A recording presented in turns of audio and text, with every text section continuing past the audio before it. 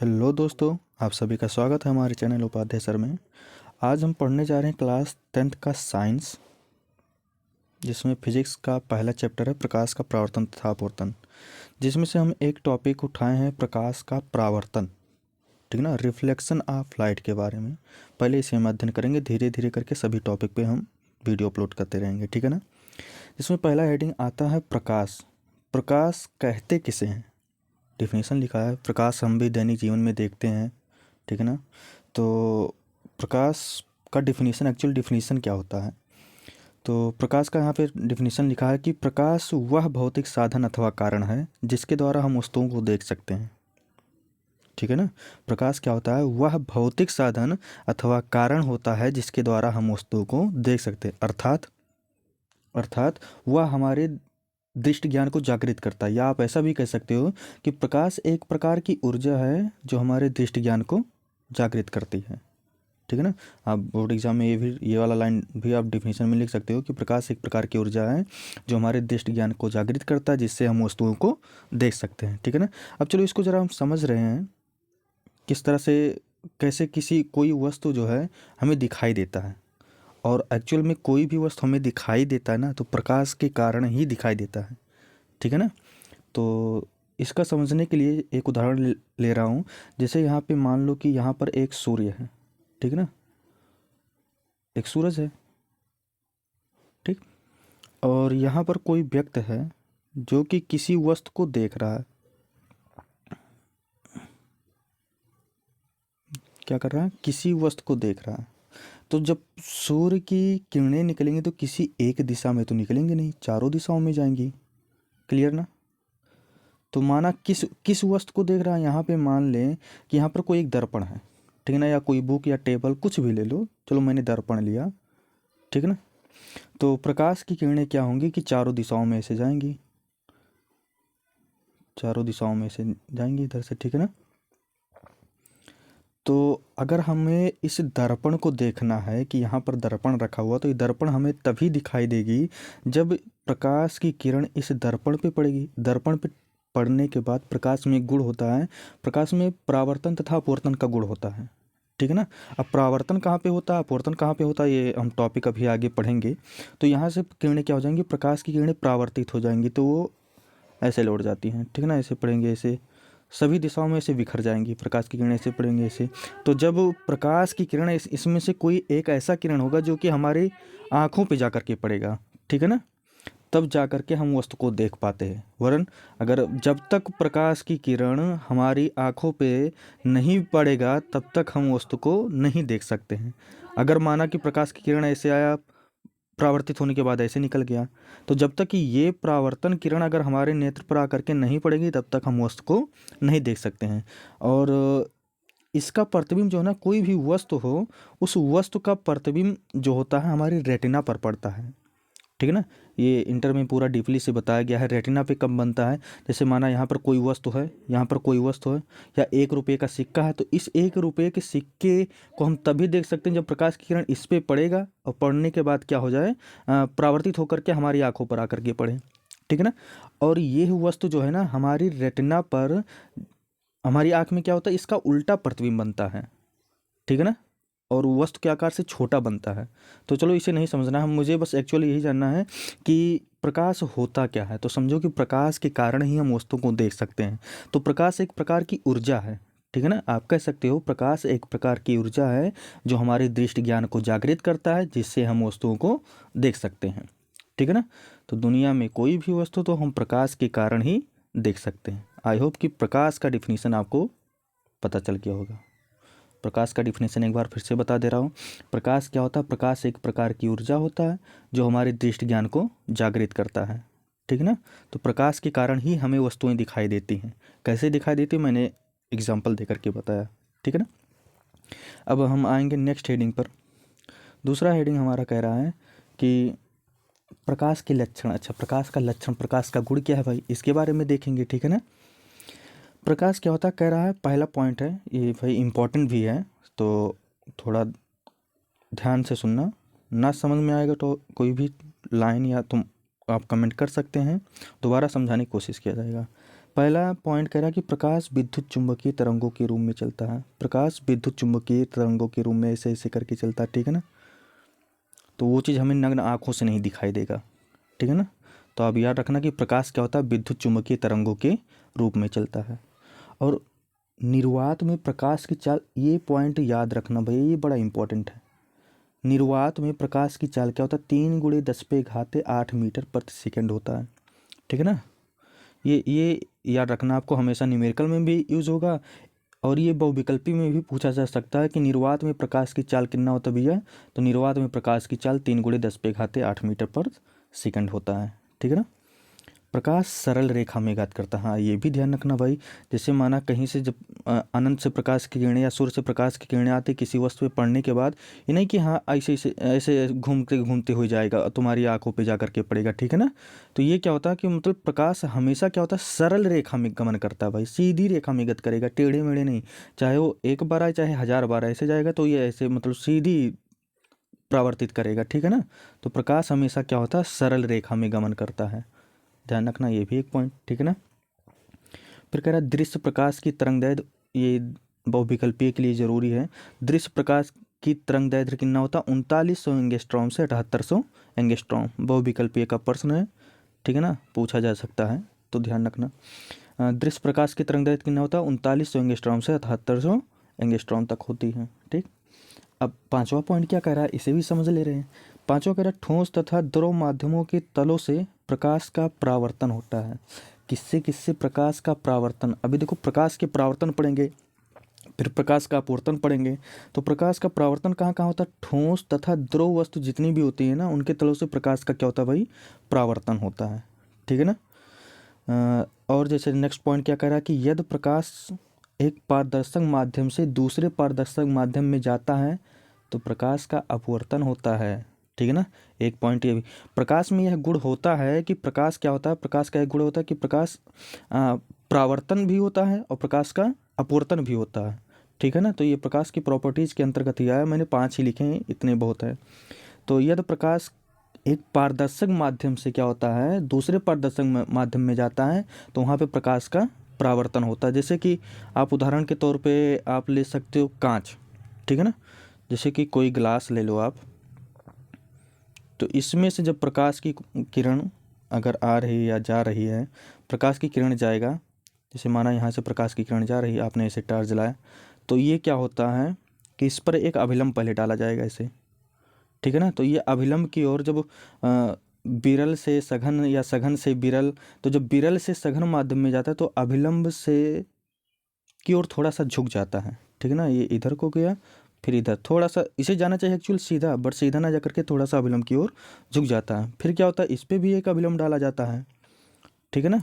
तो ये क्या होता है, यहाँ पे अभिलंब से दूर भागता है, जब सघन से विरल माध्यम में जाता है तो अभिलंब से दूर। जब ये हम अपवर्तन पढ़ेंगे तब इसके बारे में डीपली अध्ययन करेंगे। ऐसे आप समझ लो कि यदि प्रकाश एक पारदर्शक माध्यम से दूसरे पारदर्शक माध्यम में जाता है तो प्रकाश का अपवर्तन, तो ये पारदर्शक कांच क्या होता है भाई, एक पारदर्शक माध्यम होता है, ठीक है ना।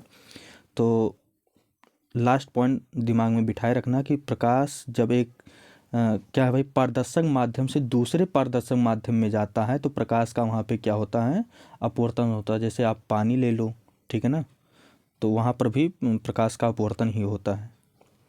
चलो, अब उम्मीद करता हूँ कि प्रकाश क्या है ये चीज़ समझ गए होंगे, प्रकाश की गुण या लक्षण क्या होते हैं ये भी समझ गए होंगे, ठीक है ना।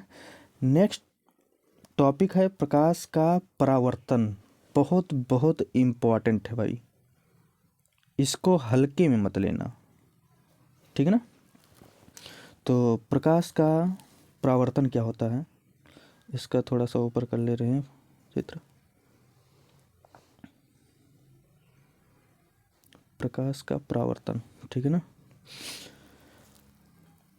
डिफिनीशन देखेंगे, लिखा हुआ है कि जब प्रकाश एक समान माध्यम से चलकर, माध्यम कैसा होना चाहिए, समान, ठीक है ना, नहीं तो पता चले इधर वायु हो तो कहीं पर दूसरा जाकर के माध्यम कांच हो जाए, ठीक है ना, समान ही माध्यम रहे।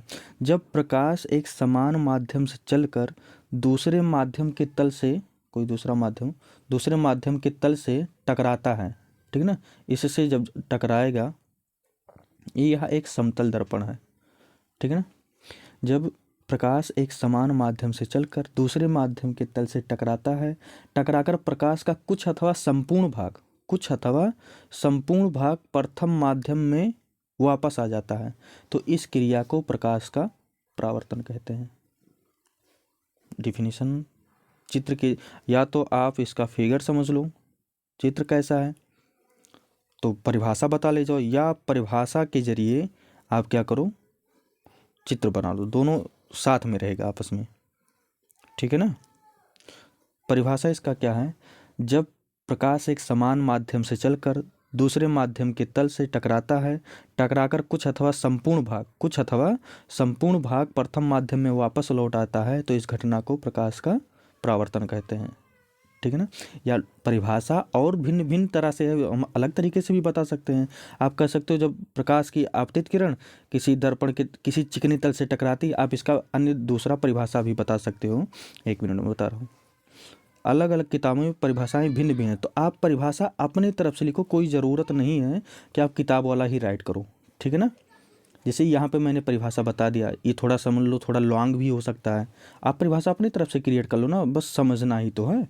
आप कह सकते हो कि जब कोई प्रकाश की आपतित किरण, आप परिभाषा बता सकते हो, जब कोई प्रकाश की आने वाली किरण को प्रकाश का आपतित किरण कहते हैं।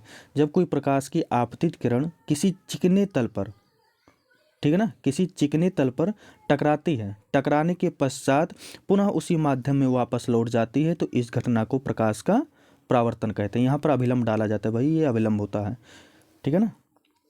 परिभाषा आई होप कि आप लोग समझ पा रहे होंगे कि मैं क्या कहना चाह रहा हूँ।